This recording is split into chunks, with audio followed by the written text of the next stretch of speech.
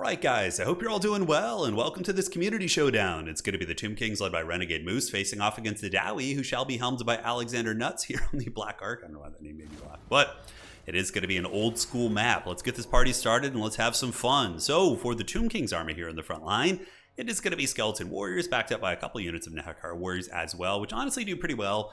The big problem in this matchup is the blasting charges are freaking brutal against Tomb Kings. They'll melt pretty much any of your infantry units, so that feels pretty damn bad. But if Nehekar Warriors can get in sustained combat with like a Dwarf Warrior or a Miner unit, they will trade very, very well. But the issue is getting into combat unscathed. Archers in the backfield, maybe to keep Gyrocopters honest, and also shoot Slayers as well. I think that's one of the angles there. And the rest of the Tomb Kings army going to be utilizing the line of sight here in the low ground with the battle line of Skeleton Warriors, couple Archers, as well as Ushabti. Alright, Ushabti of course buffed in 5.1. They're quite good now. They got their bonus for infantry doubled, and they know how to party. Khemrian War Sphinx I think is one of the big MVPs right now. This thing is insanely good. For some reason, a lot of monsters got impact hits, but this guy really feels it. It's probably something to do with his attack animations, but man oh man, these things are super, super good. It's also going to be Grand Hierophant Kotet for the Tomb Kings, an excellent choice. We do have Usirian's Incantation of Vengeance, which is good at slowing down like a Slayer unit and doing respectable damage for a very low amount of Winds of Magic. And Sandstorm is his bound ability as well. So it's going to be Druid Sandstorm all up in this game. Now, overall, I would say this matchup is pretty Dwarf favorite. Probably a 60-40 matchup, maybe 70-30. It's always been a very tough one for Tomb Kings in both land battle as well as domination mode. But here we're going to see how this one goes down here. Very cool build from the Dwarves, by the way. He's got Miners, Dwarf Warriors in the secondary. But the thing I really like about the build is it's going to be maybe accentuating Malachi. We see triple cannon, which might be overkill, or it could be extremely devastating. We'll have to find out on today's episode. But we do have the Eyes of Grungni, which is going to be buffing the range of cannons by 10%, also giving them a damage buff and accuracy and reload skill. So these Dwarven cannons are potentially going to be extremely devastating. And if this was like a more open field map, this could be even worse for the forces of the Tomb Kings, right? This map is actually probably, gives the Tomb Kings a decent fighting chance because they can hold Objective 3 and, force the Dwarves to overextend out of their defensive posture.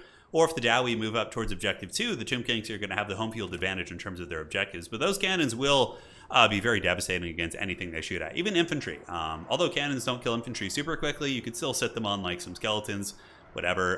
Do the Dwarves bring any sort of a restock ability? They do it. They got one with one of their engineers, right? But yeah, it doesn't look like it. So cannon's just going to be teeing off here in just a moment. We'll do a little bit of fast forwarding while the two armies posture.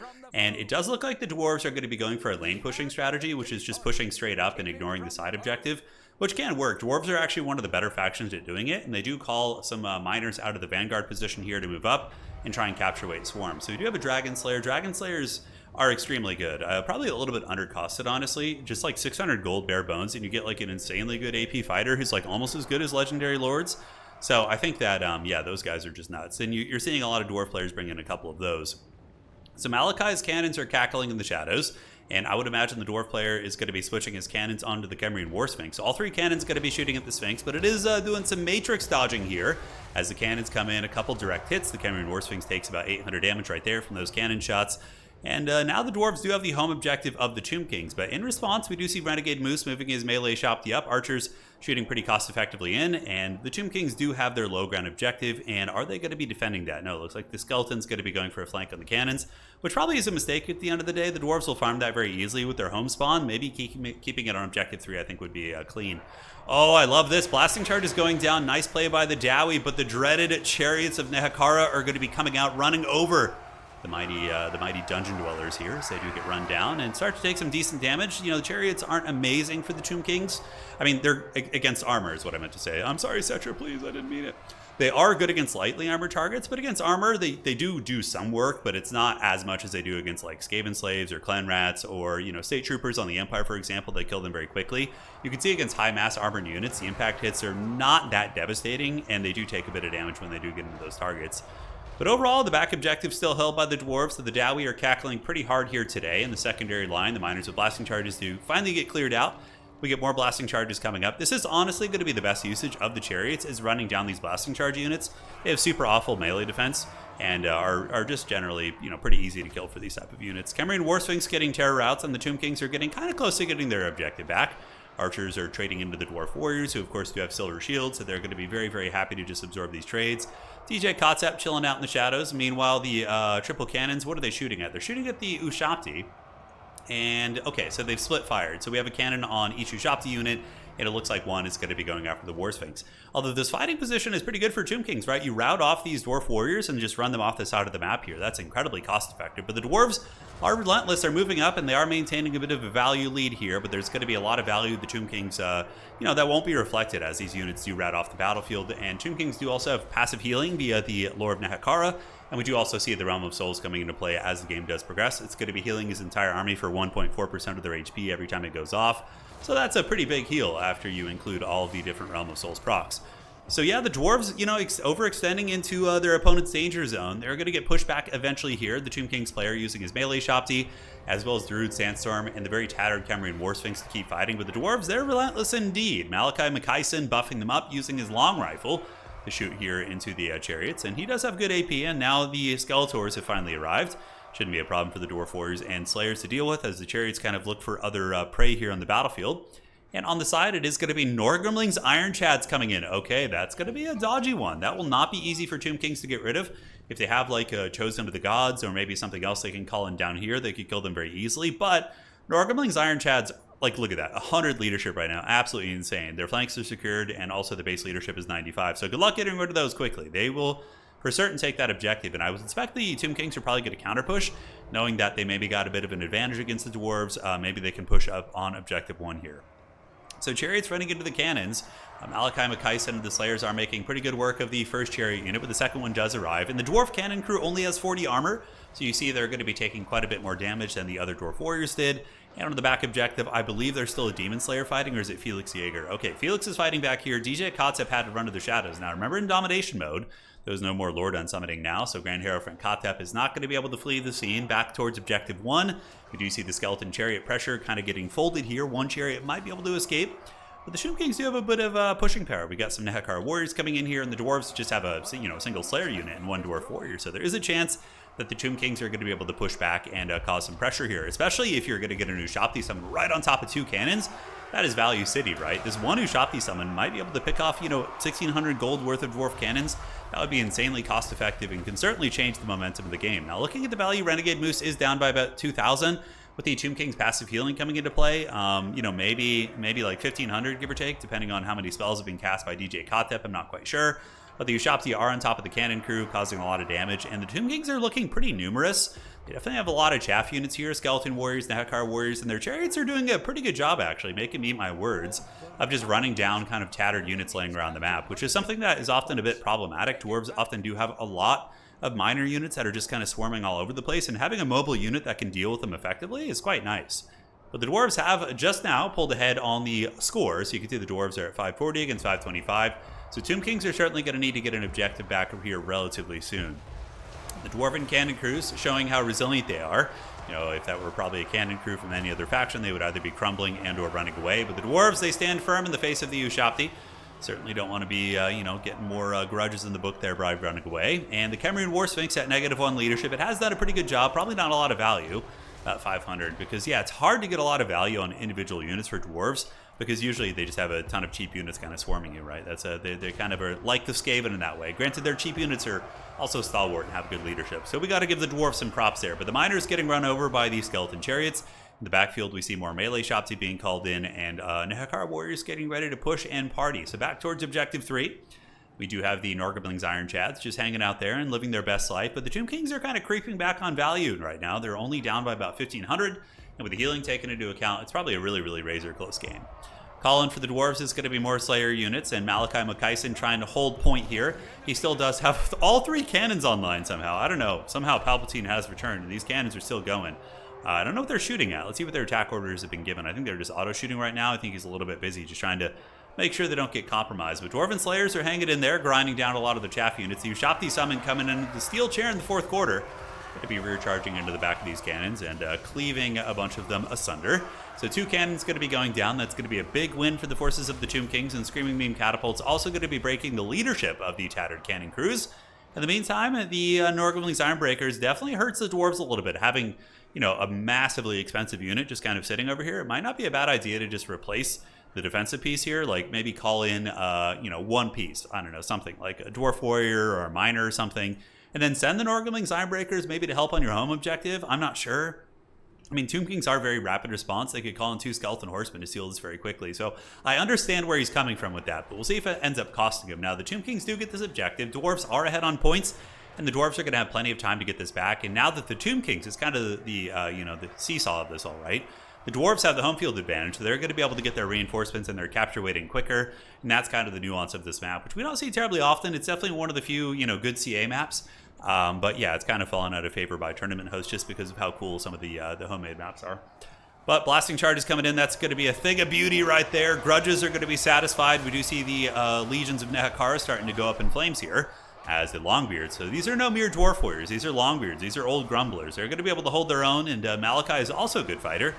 I don't know what other combat abilities he brought. Yeah, no, it looks like he just brought his support ability. So he's going to be bashing through these units. Skeleton Chariots running over the last of the Slayers here, and the Dragon Slayer is still very much alive, sitting there with about 900 HP, being whittled down by some of the Chariots and Ushopti units. Tomb King's calling in Kotep. Looks like he did die and was resummoned, so it makes sense. He's a lich after all. He's going to find his way back to life. That's the mortuary cult's whole thing, basically, is finding a way to come back to life and live forever. Although I'm pretty sure with Tomb King's lore that the mortuary cult, like the Lich Priest, they're still they've never actually died. They've just decomposed to such like a haggard state over the years. They found a way to be immortal, but their bodies still decay. Whereas like the Tomb Kings themselves were brought back from the dead by the mortuary cult, who never technically died. I think I'm right about that. There might be some lore chads in chat who can let me know, but I'm pretty sure that's the case. So Screaming Skull Catapult's proven to be a big MVP, super good unit. Teeing off here into the minor units, helping to rout some of these dwarves off. On the low ground, the Door Grumblings, Ironbreakers just hanging in there, which I guess is like an insurance policy in a way for the dwarves, right? Makes them feel very safe and secure that they could just focus all their assets here on objective 1. But yeah, definitely hurts to have such an expensive piece sitting down there, which could definitely turn the tide of this fight. The Chariot Micro has been really good by Renegade Muso. He's going to be going pretty bananas with that. Storming into the side of these miners right here, we do get more Chariots coming up from the low ground, going to be pushing in.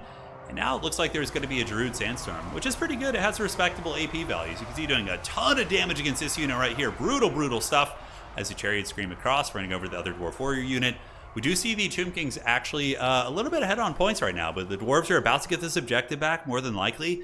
We do see Malachi battling it out with DJ Kotsep here, having a bit of a duel of fates. A couple of Nehekara warriors coming in from the deep to try and get this back, so both players playing that long grind, knowing that it's pretty much going to be a lane fight. I don't think the Tomb King player wants to mess with Ironbreakers.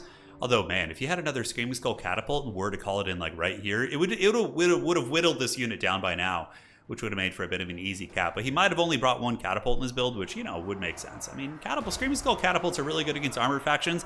A little bit weak against cannon play, but, even still, I think they're worth bringing against like Kislev, against Dwarves, and all these factions like that. So Ushopti here cackling pretty hard. DJ Kotep running about, causing a bit of havoc. And we do have the Ushopti continuing to grind here. DJ Kotep looks like some sort of magic's going to be going down. Another Usirian's being cast on the miners with blasting charges. Alexander does have a couple good quality units. He does have, I think, some Longbeards in the mix, if I'm not mistaken. So probably would have been a little bit better to use it on them and or the Slayers. But the Tomb King's Chariots, those wheels are turning, man. They're still going. 800 value on this Chariot. I mean, that thing's paid for itself. Tomb King's Chariots are dirt cheap. So we got melee Shopti coming in, 2 Nehekara warriors. The Dwarves have gotten this point back. And ladies and gentlemen, this grind, it's getting kind of close here. Could start to go either way. So let's go look at this absolute bloodbath here. You can see just massive casualties from both sides. Skeletons and Dwarves losing models in droves here. As we do see the capture weight from Kotep being provided on Objective 1, but the Tomb Kings don't quite have the weight. We do see some more Slayers being called in. Tomb Kings not really making a play for the low ground objective, and they're just barely ahead on points, ladies and gentlemen. 1072 against 1051. The Dwarves are going to be passing them, and this is certainly a situation where you need to get another objective, and they might be able to be honest. The double Nehekara warrior will be very cost-effective capture weight. Darude, Kotep Storm here is doing very good. The Ushopti will be able to butcher most of the Dwarven units here, but Felix didn't hear no bell. He obviously has healing, and you can see he has reached healing cap, super cost-effective. And Malachi, despite being a ranged character, he's okay in combat. 55, 45, 400.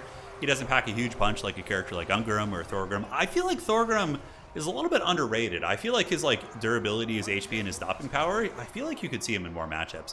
Maybe not against Tomb Kings or something like that, but against some of the Chaos-centric factions on maps where you have a defensive home objective and you're just going to be mostly fighting over one objective in the middle, I think that's very good.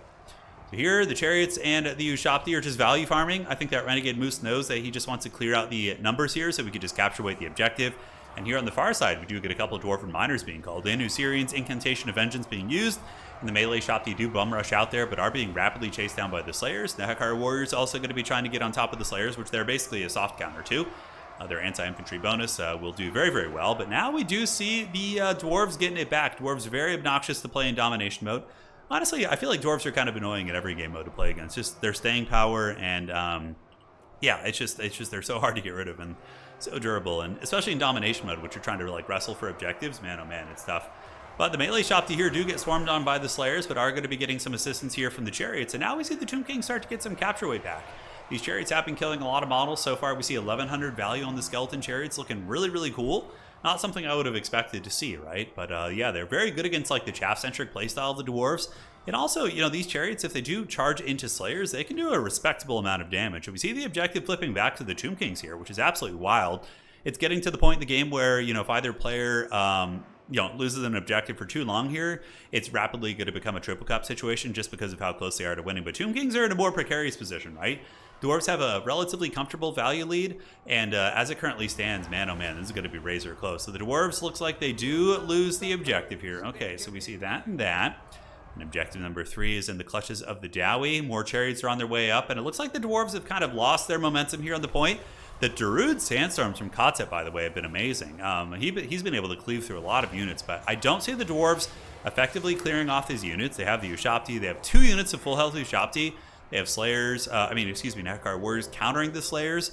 More Chariots coming in, rapid support. So yeah, this is really cool. A Skeleton Chariot game was not, certainly wasn't on my bingo card for the day. But as it currently looks, it does look like the Tomb Kings, oh man, it's so close. I think the Tomb Kings will just barely get it.